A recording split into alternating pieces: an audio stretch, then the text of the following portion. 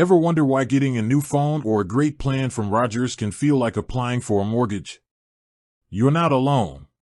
The unapproved credit part of almost every carrier's offer can be a black box.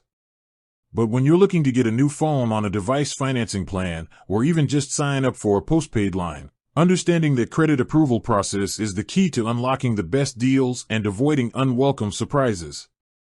Today, we're pulling back the curtain on the Rogers credit approval process, what they look for, why they do it, and what happens if you don't have a stellar credit history.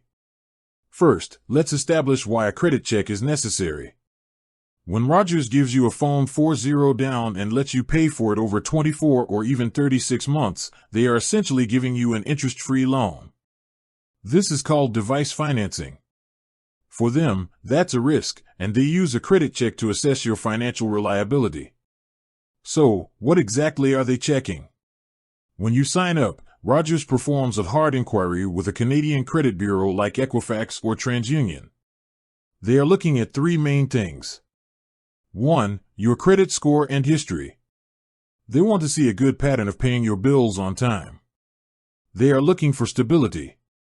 While Rogers doesn't publish a minimum required credit score, generally, the higher your score, the better your chances of getting approved for a $0 down payment and the highest tier of device financing. 2. Your debt-to-income ratio and existing debt. The credit report shows how much debt you currently carry. If you have a lot of high-interest debt, it can signal risk, even if you've been making your payments. A big part of the check is making sure you have the financial capacity to take on a new monthly bill. 3. Your previous relationship with them and other carriers.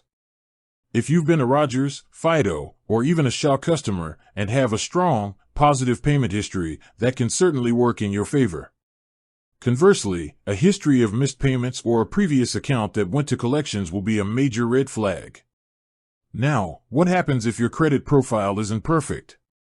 If you don't meet the criteria for full, no strings attached approval, Rogers has a couple of ways they can still offer you a plan. The down payment. Instead of getting the phone for $0 down, they might require a substantial initial down payment. This reduces their risk on the loan. The remaining balance can still be financed over the term.